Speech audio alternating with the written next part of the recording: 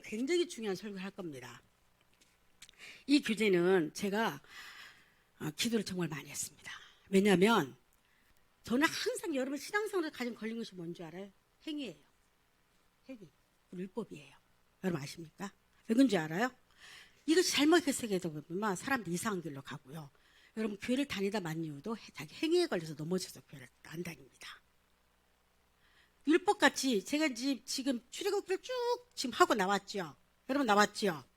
그런데 어떻게 보면 이거가 이 설교에 안 맞는 것 같은데도 맞습니다. 여러분들 오늘 오신 분들은 복입니다. 그리고 제가 율법을 굉장히 많이 생각하면서 로마서를 공부를 가르치다 보니까 율법에 굉장히 생각이 많이 들었습니다. 그러면서 자나깨나 율법에도 묵상을 하게 됐어요. 왜냐하면 저조차도 이것이 100% 정리가 안 되는 겁니다. 그만큼 율법은 참 어려운 문제였었어요. 솔직히 말해서. 근데 어느 날 로마서를 계속 공부하다 보니까 로마서 7장에서 제가 완벽이라고는 할 수 없는데 정리되고 이해되기 시작했습니다. 더 명확하게 이런 부분들이 여러분이 그대로 전달되길 원하고 율법을 통해서 여러분들 자유함을 누리기를 축복합니다. 자, 성경을 읽습니다. 자, 여러분 제목 크게 읽습니다. 시작.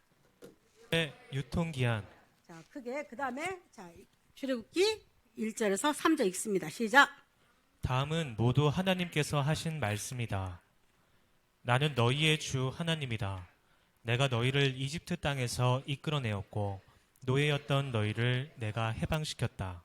또 있습니다. 너희는 나 외에 다른 신들을 모시지 말라. 아멘. 여러분 이 말과 지금 말이 연결이 안 되지만 율법의 시작은 바로 십계명에서 시작됩니다. 자, 기도합니다. 주님 감사합니다.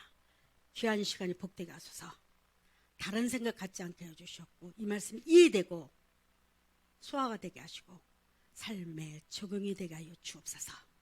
예수 그리스도의 이름으로 기도드리옵나이다. 아멘, 아멘, 아멘. 자, 이 지금 써있는 이런 거 오늘은 이게 교재로 사용될 겁니다. 앞으로 성경 공부하는데 여러분들이 혹시 목사님 이 교재가 필요합니다 그러면 가져가서 보시고 또 봐야 합니다. 아셨나요? 제가 구원받고 30년이 흘러갔습니다. 근데 이것 하나 주시면 축복입니다. 자, 로마서래 출애굽기 20장은 모세가 하나님으로부터 돌판을 받습니다. 십계명이죠. 율법 그리면 대표가 십계명입니다, 여러분. 자, 그런데 출애굽기 20장부터 31장까지가 하나님의 주시는 율법과 규례가 다 적어져 있습니다. 십계명뿐만 아니라 자, 우리 부부간의 문제, 가정의 문제, 이웃의 문제, 소를 잃어버릴 때는 어떻게 하고 자, 재단의 문제, 가나안에 들어가서 어떻게 하나님을 섬기라고 기록되어 있는 것이 출애굽기 20장부터 31장까지입니다. 상당히 많은 부분이죠. 이때 모세가 여러분 시내산에 올라가 40일 금식하면서 이걸 받습니다. 그런데 여러분 하나님께서 율법을 주신 목적이 있습니다. 목적이 뭔가요? 이스라엘 백성들에게 너희는 세상과 구별되었다고 말합니다. 쉽게 말하면 내가 세상의 문민족 가운데서 내가 너희를 뽑아야 해서 하나님의 백성으로 삼으셨다는 겁니다. 근데 그걸 다른 말로 말하면 하나님의 백성이기 때문에 내가 법을 주니까 이 법을 잘 지키라고 하나님은 지금 요구하고 계신 겁니다. 근데 명령을 잘 지키면 하나님 법을 잘 지키면 너는 문민족 가운데서 하나님의 보물이 되고 거룩한 백성이 되고 하나님의 축복 가운데 산다고 말씀하셨는데 그 반면에 또 하나 그렇지 않으면 율법을 통해서 저주와 사망에 이르게 된다고 말씀합니다. 실제로 이스라엘 백성들은 율법을 지키지를 못했습니다. 그래서 그들이 결국에는 광야에서 40년 광야길에서 다 죽고 말았습니다. 누가 죽고 말았냐면 시내산에서 율법을 받으면 하나님 지킬 수 있습니다 하고 소리쳤던 자들이 여호수아와 갈렙만 빼놓고는 다 죽었습니다. 그만큼 율법은 무서운 겁니다. 어떻게 보면. 자, 율법에는 뭐가 있다고 여러분? 축복과 저주가 있습니다. 여러분들이 이걸 자세히 듣고 또 여러분들이 정리가 되기를 바랍니다. 신앙에서 가장 중요한 것이 이 부분입니다. 이 부분이에요. 자, 또 하나 볼까요? 그러면 율법은 우리에게 무엇을 요구하는 것일까?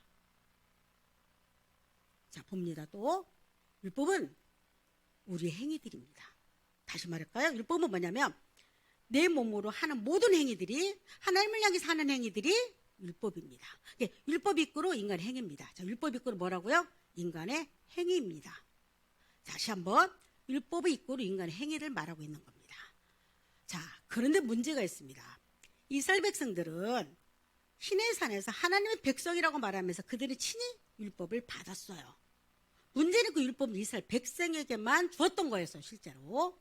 그런데 문제가 있는 것이 뭐냐면 오늘날 수천 년이 흐르고 난 오늘날 우리에게도 율법은 여전히 우리를 지배하고 있습니다. 여러분, 이 말이 동의합니까? 지배하고 있어요. 자, 그래서 성경은 이렇게 말하고 있습니다. 읽습니다. 시작. 갈라디아서 하지만 율법에 의지하여 의롭게 되려는 사람은 모두 저주 아래 놓여 있습니다. 너희 인간의 행위에 의지하여 의롭게 되려는 사람은 모두 저주 아래 있대요. 이게 참 재밌는 거 있습니다. 갈라디아서를 배경을 봐야 합니다. 갈라디아서는 이방교회 세워진 교회였습니다. 그런데 그 안에 바울이 세우고 나서 복음을 전하고 떠났습니다. 떠나고 나니까 그 자리에 누가 들어왔냐면 개종됐다고 말하는 유대인들이 들어와서 그들에게 주장하는 거가 있습니다. 유대인들은 굉장히 긍지를 가진 것 중에 하나가 할례였습니다. 할례는 아브라함 때 하나님의 자녀라는 표식으로 지금 말해서는 포경수술 같은 걸 했었습니다. 그래 이것을 가진 유대인의 남자들은 굉장히 긍지가 컸고 이것은 목숨처럼 지켰습니다. 실제로 그랬습니다. 자, 이들이 율법에 말했던 것은 할례 부분이었습니다. 그 당시로는 인간의 손으로 했던 것들이었습니다. 그런데 문제는 바울이 오직 십자가를 통해서 구원받는다고 전했던 그 복음 안에 아니다.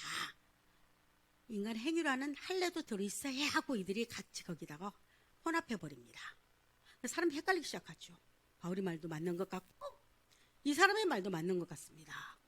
그래서 바울이 단호하게 말하죠. 그렇게 그래 좋다. 너희는 저주 아래 놓이게 된다. 그러면서 바울이 아주 직격탄을 날립니다. 다음 보면 읽습니다. 시작. 하나님의 율법책에 기록된 것들을 항상 지켜 행하지 않고 하나라도 어기는 사람은 다 저주를 받을 것이다. 바울이 그래 좋다. 너희가 율법을 통해서 하나님의 자녀 되려고 했어? 그러면 하나님의 율법책에 기록된 모든 것들을 지켜라고 말합니다. 다 지키라는 겁니다. 만약 거기서 한 가지라도 어기며 저주를 받을 거라고 말합니다. 그런데 우리는 이렇게 생각하죠. 하나님이 율법을 야고보는 이렇게 말해. 그 율법이 만 가지라고 말합니다. 몇 가지요? 만 가지. 그 조금 잡은 겁니다. 지금. 그런데 그 야고보가 이렇게 말하죠. 만 가지 중에 한 가지만 어겨도 다 어겼다고 말하는 겁니다. 이 말이죠. 하나님 보기에 어떤 사람은 9,999개를 지키면 한 가지를 어겨요. 어떤 사람은 하나만 지키고 9,990개를 어겨요. 그러면 여러분들은 9,900개 지키는 자를 굉장히 위대하게 볼 겁니다. 믿음이 있다고 말할 겁니다. 저 사람은 그냥 법 없이도 어디 간다? 하나님 나라에 그냥 들어가는 코스 받았다고 말할 겁니다. 티켓 받았다고 말할 겁니다. 그건 우리 생각입니다. 무슨 생각이라고요? 여러분과 내 생각입니다. 하나님 보기에 이렇게 하나로 해서 봤을 때는 9,999개 지키는 그 속마음에는 여러분 여러 가지 복잡한 문제가 있을 겁니다. 쉽게 말해볼까요? 내가 사람하고 화해했던 악수를 청할 때가 있어요. 그렇죠. 그런데 이 손은 복잡합니다. 뭐가 복잡할까? 마음이 복잡하기 시작합니다. 마지못해 하는 사람도 있고요. 하나님, 내가 너 한번 봐줬다 이거 사실 그냥 봐. 내가 악수는 하지만 여러분 그래서 가장 무서운 것이 뭐냐면 가장 사랑하는 사람 우리 뒤통수 친다는 거 아십니까? 그 유명한 거 있잖아요. 브루투스와 시저를 배신했던 사람 누구였죠, 여러분? 브루투스죠. 가장 사랑했죠. 여러분 시저가 로마를 갖다가 다시 황제로 공화정에서 황제로 다시 바꾸려고 합니다. 그래서 공화정에 난리가 났습니다. 시저를 죽이자. 누가 죽일 것이냐. 왜냐면 다 경계를 했거든요. 황제가 독사를 많이 당하니까. 시저조차도 옆에 누구도 못 오게 만들었습니다. 그러자 양아들처럼 여겼던 브루투스 이런 말을 하죠. 내가 죽이겠습니다. 이제 브루투스가 가까이 왔을 때 시저는 무방비 상태였습니다. 마음이 열려 있는 상태죠. 그런데 그 손에 의해서 죽습니다. 그러면서 이렇게 유명한 말을, 이 배신자 중에 너무하죠. 나를 배신하다니. 아주 유명한 말이죠. 너무하죠. 이게 무슨 말이냐면 인간에게는 굉장히 손을 내밀어서 미묘 복잡하고 하나님 보시기엔 너나 나나 똑같다고 말하는 겁니다. 9,990가지 지키는 사람이라, 한 가지 지키는 사람이라, 우리끼리는 이 사람을 위대하게 보지만 하나님 보기에는 똑같은 죄 지은 사람 중 하나입니다. 똑같이 율법을 어긴 자로 여겨줍니다. 자, 그래서 로마서 3장 10절 다 같이 읽습니다. 모두가 곁길로 빠져 못된 짓을 저지르는 쓸모없는 사람들 뿐이니 선한 일을 하는 사람은 찾아볼 수 없다. 단 한 사람도 찾을 수가 없다. 바울이 로마서에 이런 말을 합니다. 모두가 곁길로 빠져서 못된 짓을 저지르는 쓸모없는 사람들이, 여러분과 내가 쓸모없습니까? 이 쓸모 있잖아요. 말도 안 되잖아요. 근데 하나님 보시기에는 너나 나나 착한 자라고 뭐 고한 봉사하는 테레사 수녀나 나나, 하나님의 관점으로 봤을 때는 다 법을 어기는 자고 악한 자라고 말하는 겁니다. 선한 일을 하는 사람은 찾아볼 수도 없다. 단 한 사람도 찾을 수가 없다고 딱 못을 박습니다. 또 볼까요? 그러면 여러분들에게 하나에게 의문을 삼아야 합니다. 왜 그만 하나님께서 우리가 지킬 수도 없는 율법을 주셨을까? 궁금하지 않나요, 이거? 이유가 있죠. 여러분, 구약대 율법은 어디에 들어가 있었냐면 언약궤 안에 들어가 있었습니다. 지성소, 하나님의 지성소는 아무도 못 들어왔죠. 1년에 한 번 대제사장이 와서 하나님께 제사 드리면서 감히 무서워 벌벌 떨면서 하나님께 제사를 드렸습니다. 그 안에는 만나 항아리와 모세의 지팡이와, 아론의 지팡이와 그 다음에 하나님 친히 주신 십계명이 들어있었습니다. 이걸 만지는 자는 죽었습니다. 하나님이 허락한 삶에는 대제사장만이 손을 발발발 떨리면서 거기다가 가깝던 피, 짐승의 피, 황소의 피를 7번 뿌렸습니다. 감히 그를 만지면 안 됩니다. 그만큼 무서운 것이었습니다, 율법은. 근데 왜 이렇게 율법을, 만지지도 못할 율법을 주면서 지키라고 명령했을까? 여러분, 이게 궁금해야 합니다. 성경을 학교 때 왜라는 것을 질문을 던져야 합니다. 왜? 아니, 지키지도 못할 율법을 왜 줬냐는 겁니다. 우리를 함정에 빠뜨리기 위해서, 우리를 죄짓게 만들려고? 아닙니다, 여러분. 바울이 명확하게 이야기합니다. 법을 준 이유가 읽습니다. 율법이 없었더라면 하고도 읽습니다. 시작. 나는 죄가 무엇인지 알 수 없었을 것입니다. 만일 율법이 탐내지 말라 하고 말하지 않았더라면 나는 탐욕이 무엇인지 알지 못했기 때문입니다. 여러분, 율법은 이게 하나님 법을 준 이유는 인간은 너무 악하고 자기 변명의 달인들입니다. 오만하고 방자합니다. 그리고 자기 행위에 대해서는 완벽하게 나름대로 이유를 갖고 있어요. 자, 교회 못 나오는 이유도 많습니다. 그래서 이런 말 하잖아요. 공동묘지에 가면 다 할 말이 많다고. 모든 사람들은 묘지에 묻어있는 그 사람들조차 할 말이 참 많은 사람들입니다. 만약에 하나님의 율법이 없었더라면 인간은 죄로 여기지 않는다는 겁니다. 당연시 여기죠. 내가 저 사람의 물건을 탐내요. 저 사람 거를 내가 욕심을 내요. 저 사람 것이 물건이 좋다고 생각해요. 근데 당연하다고 느낍니다. 당연하지 않아? 내가 갖고 싶으니까. 여러분, 가인과 아벨도 그랬잖아요. 가인이 아벨을 죽여요. 네 동생이 어디 있느냐? 가인이 유명한 말을 하잖아. 내가 무슨 동생을 지키는 자입니까? 자기 변명이죠. 사람들은요, 자기 행위에 대해서 변명 진짜 끝판왕입니다. 저도 그렇고요. 여러분도 그렇습니다. 하나님은 우리 심리를 너무 잘 알아요. 아담의 후손이란 이 말을 다시 말하면 남자와 여자의 육체 관계를 통해서 난 모든 이들은 아담의 후손입니다. 여러분들은 아담의 후손입니까? 아멘이죠. 모든 인간들은 다 아담의 후손입니다.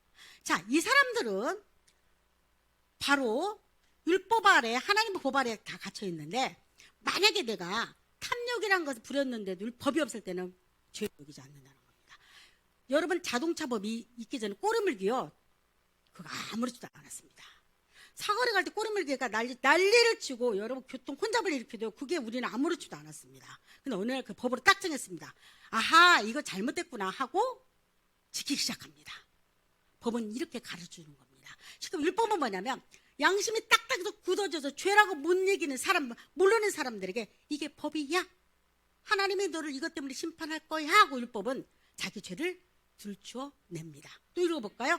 율법은, 이게 율법의 역할은, 여러분 율법의 역할은 크게 있습니다. 무슨 역할? 우리의 죄악을 들추어내는 다시 한번, 역할. 율법의 역할은 윤리와 도덕을 말하는 것이 아닙니다. 여러분 이게 명심해야 합니다. 오늘날 교회가 잘못된 겁니다. 율법을 잘못 가르치니까 교인들이 혼잡하고, 교인들이 이게 행함이 좋으면 제가 믿음 있는 것 같아요. 그것도 이끌 수 있어요. 행함과 믿음은 같을 수가 있지만 대부분이 다를 경우가 많아요. 행함 좋다고 믿음 있다고 보지 않습니다. 저는 얼마든지 자기 의 때문에 하는 사람이 많습니다. 하나님께 좀 예뻐 보이기 위해서 누군가의 칭찬받고 사는 경우가 많습니다. 율법은 뭐냐면 오늘날 현대에서 말하는 도덕과 윤리를 이거 해라 저거 해라, 이거 하나님은 이렇게 말하지 않는다는 겁니다. 왜냐하면 인간은 어차피 하나님의 법을 못 지킬 것 뻔히 알아요. 그럼 아멘입니까? 알아요. 근데 왜 자꾸 율법을 요구하는 걸까? 네 죄악을 그 수면에 가라앉아서 이건 죄가 아니야, 죄가 아니야, 나는 하나님 앞에서 깨끗해 말하는 그들에게 아니야, 너의 탐욕과 이의심과 못된과 아주 악함이 율법을 통해서 이렇게 드러나기 시작합니다. 물에 떠오르기 시작합니다. 그러면서 말하기를 이렇게 말하는 겁니다. 다음 봅니다. 자, 읽습니다. 나는 내 속에 곧 나의 죄 많은 육신 안에 선한 것이 없다는 것을 알고 있습니다. 바울이 율법 아래 갇혀있는 바울이, 여러분 바울은 다릅니다. 우리하고. 바울은 철저하게 율법 아래서 의롭다고 생각하는 사람이었습니다. 그래서 스데반을 죽였는데도 당연하다고 생각했습니다. 율법으로 죽였습니다. 율법으로 살인을 했어요. 그렇게 율법 무서운 겁니다. 그런데 율법의 그 의미와 깊은 의미를 깨닫고 나서 바울이 뭐라고 고백하기 시작하냐면 바로 이 고백이죠. 아하, 나는 내 속에 죄 많은 육신 안에 선한 것이 없다는 것 같아. 율법이 계속 나를 정죄하는 겁니다. 이것도 못하지, 저것도 못하지, 이것도 못하지. 너 말이야 선하다고 말하면서 네 속에는 미워하고 있잖아. 너 돕는다고 말해서 네가 좋아서 하고 저 사람 무시하고 있잖아. 여러분 우리는요, 지나가는 사람은 돈을 주도요, 여러분 어떤 마음으로 줍니까? 좀 우월감이 생기지 않나요? 솔직히 말해서 저 사람은 내가 저 사람 낫다는 생각 하지 않나요? 나만 그러나? 우리 그럴 때 많아요. 그리고 이렇게 말하지 않나요? 나는 저런 신세가 안 돼서 다행이다. 우리는 그렇게 항상 자기도 모르게요, 오만과 방자로 살아간다니까요. 그래서 바울이 그걸 깨닫고 나서 나는 선한 것이 없다고 고백을 합니다. 자, 그 다음 또 볼까요? 자, 시작. 왜냐하면 선한 일을 행하려는 원함은 내게 있지만 실제로는 선한 일을 행하지 않기 때문입니다. 항상 내 마음에는 바울은 유대교를 믿었던 사람이잖아요. 선한 일을 하고 싶다고 말합니다. 하나님을 위해서 살고 싶다고 말하는데 이상스럽게 우리 육신은 반대로 간다고 말합니다. 그리고 선한 일을 행하지 않기 때문에 괴로워 떨고 하나님의 율법 아래 갇혀있는 내가 너무 두려운 겁니다. 여러분 율법은 심판과 저주와 하나님의 징계를 가지고 옵니다. 또 볼까요? 자, 시작. 나는 참으로 비참한 사람입니다. 누가 이러한 죽음의 몸에서 나를 구해내겠습니까? 바울이 로마서 7장 마지막에 한탄을 하죠. 나는 비참한 사람이다. 율법을 비춰보니까 이 죄가 온갖 더러운 것 찌꺼기들이 막 감춰있던 모든 죄들이 드러나기 시작합니다. 사람은요 참 이상해요. 여러분 보세요. 우리가 도덕과 윤리 안에도 뭔가를 잘못했을 때는 변명을 하기 시작합니다. 세상의 법에도 그래요. 근데 오늘 교회가 문제가 뭐냐면, 교회 오면 율법과 도덕을 막 담배 피지 마라, 술 먹지 말아라, 예를 들어서 뭐 간음하지 말아라 할 수 있잖아요. 여러분 이건 교회에서만 안 해도 됩니다. 교회에서 안 해도 세상에서 그렇게 말하고 있어요. 말하고 있죠. 교회에서, 아니 여러분 교회뿐만 아니라 학교 가서도 담배 피지 말라고 말합니다. 그죠? 학교에서 담배 피라고 말하나? 같이 피자고 말합니까? 아니잖아요. 담배 피지 말아라고 해요. 자, 술 먹지 말라고 말하죠. 학교에서도. 여러분 간음하지 말라고 말하죠. 또 남 먹고 훔치지 말라고 말하죠. 근데 굳이 교회가 강조하는 것일까? 그리고 교인들을 도덕과 율법적으로 몰고 갑니다. 여러분 이게 신앙일 것 같아. 이거는 잘못 알고 있는 겁니다. 그럼 우리가 막 살으냐? 여러분 그렇게 말하는 것이 아닙니다. 그렇게 말하는 거 아니에요. 지금 저는. 나는 근본을 말하고 있는 겁니다. 율법이란 것은 도덕과 윤리를 말하는 것이 아니다. 다시 한번 율법은 시작. 율법은 크게. 율법은 도덕과 윤리를 말하는 것이 아니다. 이걸 정리해 볼게요. 로마 시대 때 도덕과 율법은 지붕은 완전 다릅니다. 그들은 노예를 죽여도 돼요. 팔아도 돼요. 몸에다가 쇠 달궈서 몸에 불을 지펴도 아니 찍어도 됩니다. 요즘 그렇게 해보세요. 난리가 납니다. 요즘의 법은요 그렇게 되면 큰일 납니다. 그죠? 여러분 조선 때와 지금의 윤리와 도덕은 다릅니다. 남편들이 부인 몇 명 둔 것은 괜찮습니다. 사회적으로 통념적으로 이해가 됐어요. 조선 시대 때는. 그런데 오늘날 그랬다거나 이게 돌 맞아 죽습니다. 그리고 이 남자나 여자나 쫓겨나가는 것은 당연시합니다. 왜 그럴까요? 윤리와 도덕은 시대마다 다릅니다. 그런데 만약에 우리 신앙이 세상에서 말하는 윤리와 도덕에 우리가 기초를 뒀다면 이거는 교회에서 말하는 절대 아니라는 겁니다. 이해가 되십니까? 나는 지금 이 말이 막 살아란 말이 아니에요. 여러분들의 잘못된 신앙을 지금 제대로 잡아주는 겁니다. 그리고 여러분 우리 신앙은요 자유함이에요. 다시 한번 말할게요. 우리 신앙은 뭐다? 자유함이에요. 근데 왜 교인들이 자유함 못 누리고 맨날 정죄하다 바빠요. 오늘도 우리 청년 하나가 목사님 그 혼전 순결에 대해서 어떻게 생각하네? 여러분 어떻게 생각합니까? 내 애인이 내 여자친구 남 있습니다. 여러분 그걸 나쁘게 생각 안 됩니다. 그날 혼전 순결 아는 사람 못 갈 필요도 없어요. 그럼 뭐 해라? 그건 여러분 마음입니다. 이런 목사 없죠? 왜 그럴까요? 하나님은 혼전순결, 그러니까 이 친구는 혼전순결이 신앙인 겁니다. 자기가 지키는 대단한 겁니다. 근본을 못 봐요. 하나님은 하고 안 하고 문제가 아니라니까 여러분. 아주 헌문은 또 안 하면 어떻습니까? 이러면 또 막 하나? 할 사람만 하고 안 할 사람 안 합니다. 그건 여러분 자유입니다. 문제는 뭐냐면 근본적 율법은 뭐다? 죄를 들춰내는 겁니다. 이 사람이 만약 혼전순결 죄라면 이 사람은 그것 때문에 굉장히 괴로워서 신앙을 떠나게 될 수도 있고요. 하나님 원망할 수 있고 자기 자신을 자책할 수가 있어요. 이 율법은 굉장히 우리를 힘들게 합니다. 율법을 내가 막 지키려고 노력할수록 이상적 신앙은 괴롭게 하고 힘들게 합니다. 여러분 경험해 보셨나요? 이거는 열봐요. 여러분 지금 신앙 갖는 사람 도대체 뭔 말인가 모를 겁니다. 그러나 나름대로 최선을 다하는 사람이 있습니다. 막 교회 성가대도 해보고 막 교회 가서 봉사도 해보고 막 이것저것 안 해본 사람이 없어요. 막 기타 치고 노래도 불러보고 막 집사님 뭐 잡사님 다 해봐요. 그런데 이상스럽게 마음이 가볍지 않고요. 항상 뭐 걸려요. 그리고 내가 조금 도 생각 안 할 때는 하나님한테 미안하고 뭔가 하나님 하지 마. 노래방 가 노래 부르. 어떤 사람 노래방 가 노래 부르면 안 된대. 그러면 노래방 주인은 교회 나오면 안 됩니다. 아멘입니까? 내 말이 틀렸나요?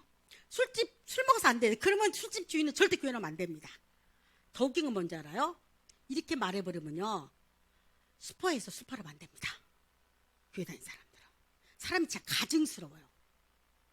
그렇게 따져볼까요? 보리밭. 여러분 맥주가 보리에서 축출하잖아요. 그럼 보리밥을 키운 사람 죄가 있을까 없을까? 하나님 보기에 이렇게 저놈 봐라. 저 보리 키워서 저 맥주 만들려고 하네. 내끼 이놈아. 근데 보리를 주신 분이 누구죠? 그러면 하나님께 올라가야 이제 문제가. 하나님께 올라가야. 자, 보리밥을 줬어. 근데 보리가 어디로 가? 양조장으로 가요. 이 사람 하나님 보기에는 너도 똑같은 사람이 지금. 양조장에서 어디로 줄까요? 슈퍼로 줘요. 슈퍼 주인도 똑같은 사람입니다. 슈퍼에서 먹는 사람은 욕합니다. 그리고 이 사람 안 먹을 때 신앙이 좋은 겁니다. 천만에 만만에 공떡이에요. 다 똑같습니다. 그래서 우리끼리는 정죄하지 않는 겁니다. 여러분 믿습니까? 똑같아요. 우리가 얼마나 가증스러운지 몰라요, 인간이. 자기는 착하기 때문에 여러분 다이아몬드를 예를 들었잖아요. 다이아몬드가 아프리카 넘어오니까 얼마나 많은 사람 죽어서 이게 뭔지 아세요? 손에? 그래서 이 다이아몬드 광산구를 가지고 해서 수많은 죽어가고 어린 꼬마들이 많이 당했죠. 근데 여러분 보세요. 여러분의 손에 끼어있는 다이아몬드 누군가 피를 흘리고 누군가 억울하게 죽은 사람이 희생됐기 때문에 올 수 있는 다이아몬드입니다. 그러면 우리는 얼마나 뻔뻔한 줄 아세요? 얼마나 악한 줄 아세요? 나는 아무런 문제가 없다고 말해요. 난 정당한 돈을 주고 샀대요. 가장 나쁜 사람이 뭘까요? 산 사람이 나쁜 사람이에요. 사는 사람 없으면 그렇게 싸움판 벌이지 않습니다. 여러분 우리예요. 근데 우리는 너무 뻔뻔하게 죄를 피해가려고 합니다. 이게 하나님 앞에서는 율법의 조항조항 지켜서 어렵게 안 돼요. 율법은 반드시 윤리와 도덕을 말하는 것이 아니다. 이건 명심해야 합니다. 그리고 율법은 그러면 어떤 거냐면 저주와 무서움을 항상 우리에게 가져다 줘요. 율법은 심판을 말하잖아요. 이스라엘 백성 다 죽었듯이. 그러면 율법을 앞에 서본 자만이 갈 수 있는 곳이 있어요. 여러분, 율법은 굉장히 무서운 겁니다. 그리고 율법 아래에 갇혀있는 사람들은요, 여러분 교인 중에서도요, 율법적인 사람들, 행위적인 사람은 상당히 맨날 남 지적하다 시간 다 보냅니다. 집사님은 왜 기도 안 해? 집사님은 말이야, 어제 보니까 노래방 갔더라. 예를 들어서 집사님 어제 보니까 너무 심했어. 여러분 이렇게 말할 수가 있어요. 그래서 그 세상 사람들 가장 싫어하는 사람 누구냐? 예수 믿는 사람들이래요. 너무 지적질을 잘하니까. 왜 그럴까? 자기는 율법 아래서 나름대로 깨끗하다고 생각하는 사람들입니다. 하나님 보기에는 가장 추악한 자가 지적질하는 사람들입니다. 여러분 아세요? 왜 지적질을 할까? 자기는 깨끗한데 너는 더럽다는 겁니다. 아닙니다. 걔가 제일 더러울 수가 있습니다. 여러분 율법의 저주와 무서움을 통과하는 자들이 가는 곳이 있습니다. 여러분 그 유명한 구약 때 부지 중에 사람을 죽일 수가 있었습니다. 무슨 말이냐면 내가 길을 가다가 누구를 툭 건드렸는데 그만 넘어져서 죽었습니다. 죽일 의도가 없었는데 이것 보고 뭐는 부지 중에 짓는 죄라고 말해요. 자, 이거 보고 뭐라고 한다? 부지 중에 짓는 죄. 이 죄를 지면요 반드시 구약의 법은 눈은 눈, 이는 입니다. 너 사람을 죽였어. 그러면 그 형제나 그의 자녀들이 막 쫓아가서 그 사람을 똑같이 죽일 수가 있습니다. 자, 이러니까 이 사람은 죽기 살기로 도망가는 곳이 있었습니다. 이스라엘 백성들이 가나안에 들어가서 하나님 6개의 도피성을 마련해 주는데 그건 직진으로 났습니다. 이렇게 죽음이 지금 임박해 쫓아오잖아요. 여러분 반드시 그 부모의 원수를 갖고 해서 자녀들을 죽으라고 그 사람 찾습니다. 근데 이 사람이 막 뒤도 안 돌고 가야 도망갈 곳이 뭐냐? 도피성이었습니다. 도피처, 피난처였습니다. 여기 딱 들어가면 이상 그 사람 생명을 만지지를 못했습니다. 구약 때. 왜 이렇게 하나님 세웠냐면 더 이상 억울한 살인을 일어나지 않기 위해서 이걸 막았습니다. 왜냐하면 살인은 살인을 불러일으키니까. 여러분 구약 때는 죄진 자가 가장 기뻐하고 또 기뻐하는 장소가 피난처 도피성이었습니다. 그러면 또 하나 오늘날의 율법은 무슨 역할을 하냐면 여러분 율법은 로마에서 보면 선하고 거룩하다고 말합니다. 말이 안 되죠. 율법은 굉장히 무섭은 건데 왜 선하고 거룩하다고 말했냐면 바울이 죄가 드러나니까 죄를 씻을 방법이 없습니다. 죄인들이 갈 곳 딱 한 군데가 있습니다. 여러분 십자가 앞으로 가는 겁니다. 방법이 없어요. 피난처 되시는 우리 주 예수님 이렇게 말하잖아요. 피난처가 되신다고 말해요. 죄인이 달려갈 곳은 이건 행위도 아니에요. 내가 윤리와 도덕을 잘 지켜서도 아니에요. 그냥 나 같은 죄인 있는 그대로. 여러분 도피처로 달려간 그 사람 죄 있는 그대로 그 모습대로 달려갑니다. 아멘입니까? 명심해야 합니다. 나는 담배를 끊고 하나님을 가는 거 아니에요. 착한 마음을 버리고 가는 것이 아니에요. 내가 술을 끊고 가는 것이 아니에요. 내가 착한 마음 가는 것이 아니에요. 그냥 죄는 더러운 모습대로 막 달려가는 것이에요. 도피처 안으로 들어갑니다. 그럼 생명이 보장됩니다. 예수 앞에 달려가는 사람은 있는 그대로 그 모습대로 달려가는 겁니다. 그러면 그 안에 가면 놀라운 일이 벌어집니다. 하나님께서 주시는 그 피 한 방울이 그 사람에 적셔지면 여러분 율법의 저주가 끝장납니다. 율법에 종착역이 있습니다. 여러분 기차가 종착역이 있습니다. 기차 종착역 있잖아요. 그럼 더 이상 기차는 거기서 머무릅니다. 율법의 종착역은 여러분 어디입니까? 예수 그리스도 십자가 앞입니다. 그래서 십자가 내가 처음 볼 때에 나의 마음의 큰 고통 사라져 지금 믿고서 내 눈 밝았네 이 기쁨이 영원하도다. 왜 그럴까요? 율법에서 우리 해방받았기 때문입니다. 율법의 종착 예수 그리스도입니다. 비로소 우리는 세상에 어떤 걸로도 율법이 죽었다. 여러분 율법이 죽었다는 의미는 뭔지 아세요? 어떤 사람 율법이 죽었대. 그래서 맘대로 막 사는데 교회도 안 나가야 되는데 천만에요. 율법은 죽지 않았습니다. 안 죽었기 때문에 여러분에게 양심의 가치에게 소리 지르고 율법이 계속 여러분을 사소연하는 겁니다. 너는 죄인이야. 너는 죄인이야. 너는 죄 때문에 결국엔 심판받고 지옥 갈 거야. 여러분 율법이 살아있기 때문에 그런 겁니다. 율법을 한번 죽었다고 말하지 마세요. 율법은 살아있는 겁니다. 그럼 어떤 자에게 율법이 마침이 되냐면 예수 그리스도의 피 안에 들어있는 자입니다. 거기는 피 한 자가 도피차입니다. 더 이상 율법의 권세는 오지를 못합니다. 그래서 십자가가 그렇게 우리 노래를 부르지 않습니까? 오늘 십자가 교회에서 사라져버렸습니다. 도덕과 윤리만 판쳐요. 철학이 판쳐요. 교회는 철학을 말하는 것이 아니에요. 교회는 윤리와 도덕을 말하는 것이 아니에요. 여러분 착하게 사세요. 정직하게 사세요. 제가 가장 민망할 때가 교인들 정직하게 살아요. 어떻게 정직하게 삽니까 우리가? 여러분 정직하게 못 삽니다 우리. 여러분 정직합니까? 나는 안 되던데. 여러분 우리 정말 정직할 때는 왼수될 때 많아요. 내가 이 집사님 미워하는데 정직해봐요. 집사님 미워. 내가 집사님 정말 고백할 것이 있어.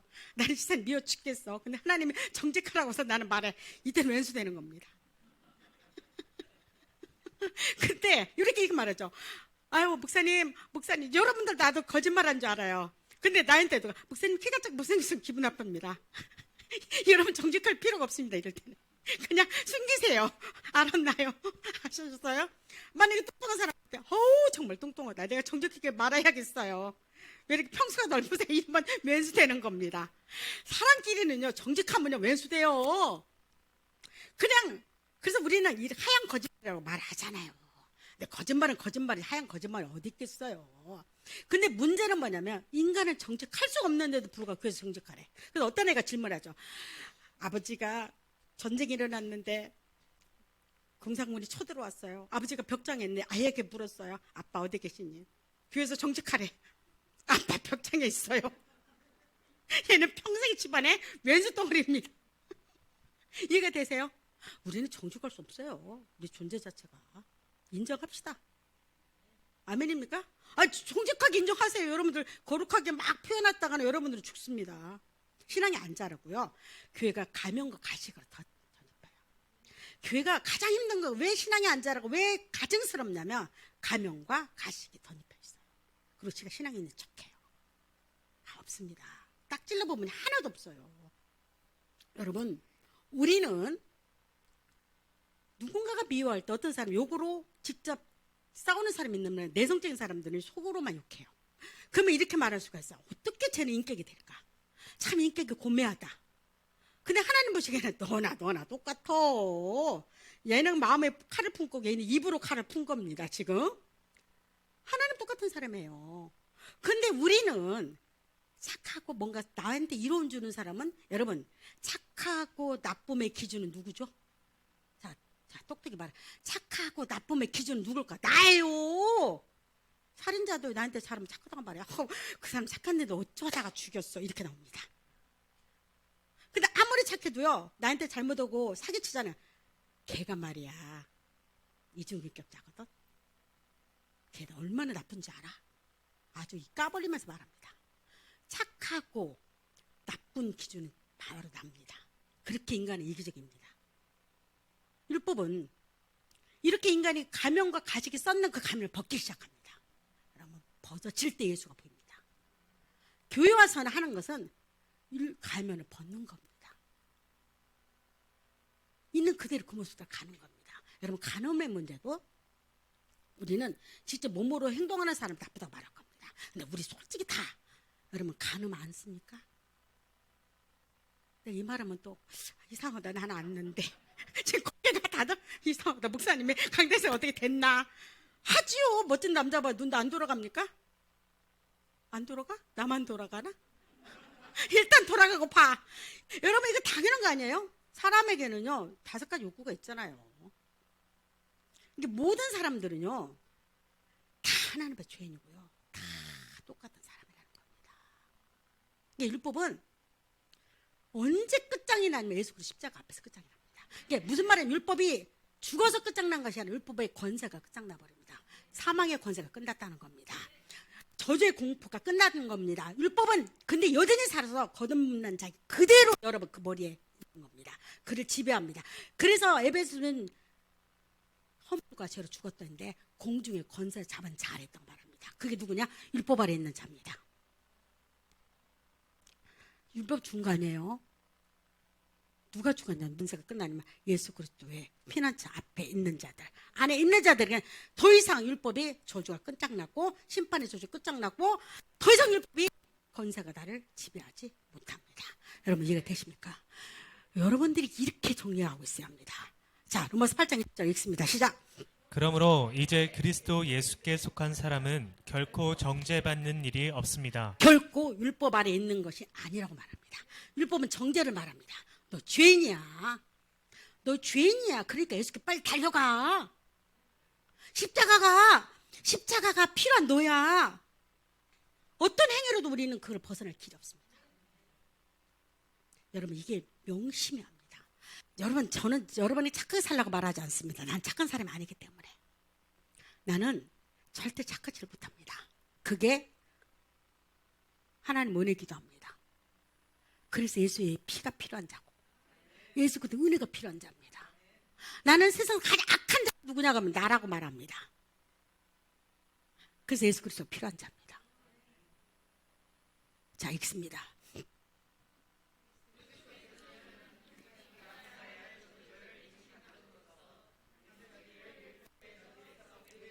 십자가는 율법의 족주의 끝장입니다. 그래서 복음을 깨닫고 복음을 이해되고 복음을 믿어준 순간에 십자가 그 저주가 끝남으로써 이제는 여러분 율법을 바라보면서 달라집니다. 더 이상 두려워하지 않습니다. 그럼 막 살아? 난 지금부터 막 살아. 이건 여러분 아직도 율법 아래 있는 자입니다. 여러분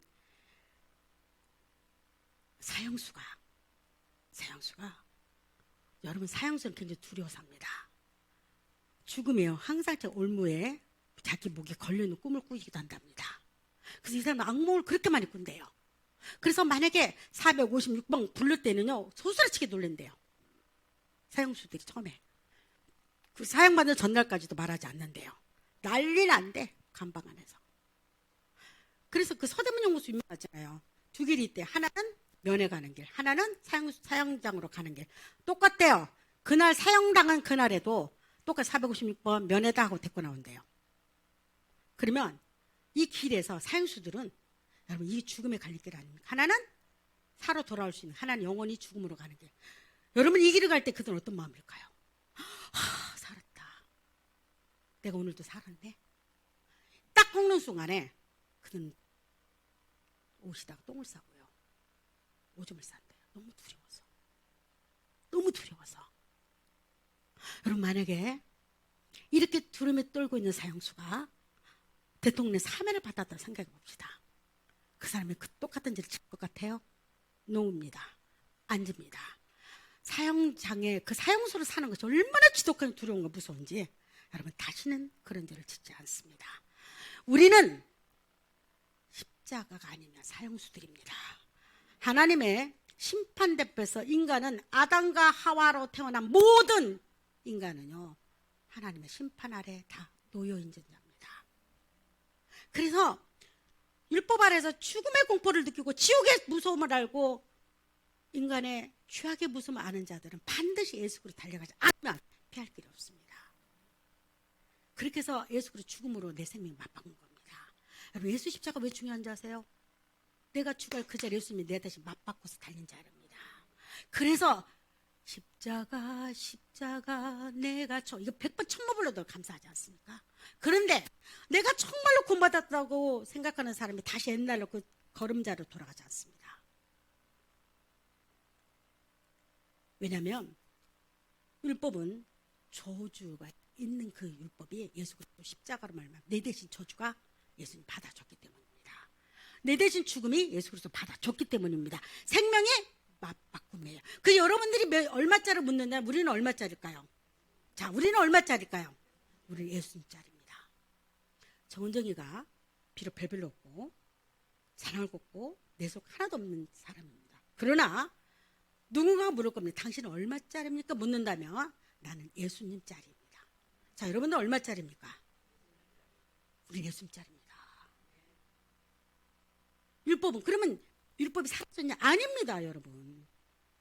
그럼 구원받은 사람 율법과 사라졌냐? 율법의 권세, 사망의 권세가 끝난 것뿐이지 율법은 이제 은혜로 다가옵니다.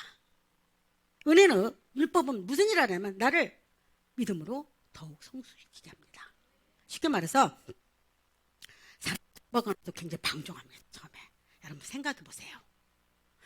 죄를 갇혀 있다가 딱 뿅아리가 계란에 갇혀 있다가 엄마의 부활됐을 때 그 기쁨처럼 기쁨이 살살 빛납니다. 그러나 그것도 오래 못 가요. 다시 구원은 받았어도 옛날 그 죄로 또 가고자 하는 마음이 있는 겁니다. 그죠? 방종하고자 하는 마음이 있어요. 그래서 그때 뭐라고 말하냐면 구원 받았으면 괜데 이건 절대 구원 못 받으면 그러고 방종할 때는 두드러 맞고도 10번 더 맞습니다. 내가 미리 말할게.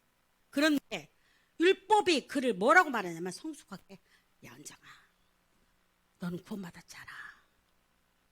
네가 하나님의 자녀 됐잖아. 네가 어떻게 구원 받았지? 네 자랑 네가 잘해서가 아니야. 오직 예수 그리스도 은혜를 받았잖아. 그러니 너는 세상에 이렇게 살 사람이 아니야. 계속 수단입니다. 율법은 더 이상 심판이 아니고 은혜로 다가옵니다. 율법은 뭐다? 은혜이다예요. 그래서 과거에는 여러분 내가 구원받기 전에 그렇게 이기고 못된 내가요 이상하죠. 구원받고 나면 그게 사라지기 시작합니다. 그리고 누군가를 위해 살아갈 때도 방법과 생각이 다르기 시작합니다. 여러분 이런 자들이 자녀 키울 때 자녀들이 달라지기 시작하죠. 엄마가 달라지잖아. 아빠가 달라지잖아. 사고가 달라지잖아. 율법은 뭐다? 은혜다. 자, 우리는 누가 아래 있는 자다? 은혜 아래. 그렇죠. 여전히 구원받아도 율법의 권세는 끝나버렸습니다. 그러나 그래서 바울이 이런 말을 해요. 네가 구원받았냐? 네 육체를 은혜의 무기에 쓸래? 의의 무기로 쓸래? 죄 짓는 데 쓸래? 그건 여러분의 자유입니다. 그런데 구원받고 나면 반드시 예수 그리스도 위해서 살게 됩니다. 아멘입니까? 살게 돼요. 여러분 이 사고가 바뀌게 돼요. 구원받고는 다른 거 안 바뀌고 이 사고가 바뀌어요. 그 다음에 처음에는 몰라요. 똑같게 돼요. 똑같은 것 같아요. 그러나 이 사고가 바뀌면 여러분 그 다음부터요 행동이 좀 바꾸기 시작합니다. 어떤 분이 이런 말을 하대. 쓰리꾼이 있대요. 근데 이 사람이 구원을 받은 겁니다. 너는 돈 있는 거 받습니다. 자기들 머리 훔쳤습니다. 옛날 습관이 있으니까.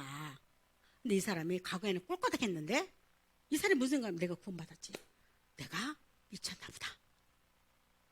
그거 갖고 가서 미안합니다.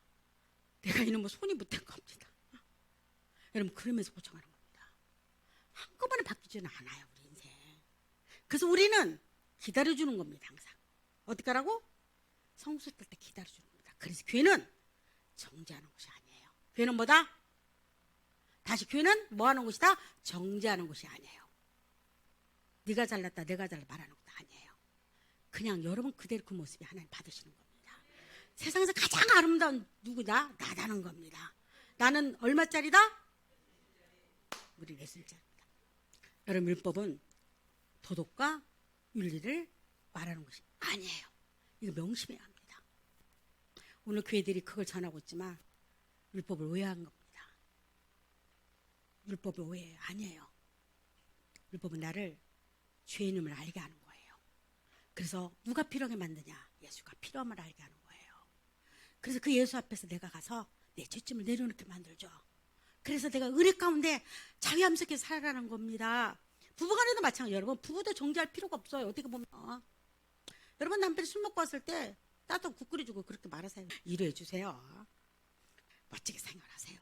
그리고 그게 걸린다면 여러분들 신앙에 걸린다는 건 멋진 겁니다. 그리고 다시 고민해 보는 겁니다. 여기서 왜 걸리지? 그리고 또 성숙되게 나아가는 겁니다. 믿습니까?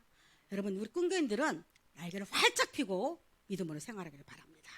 기도합니다.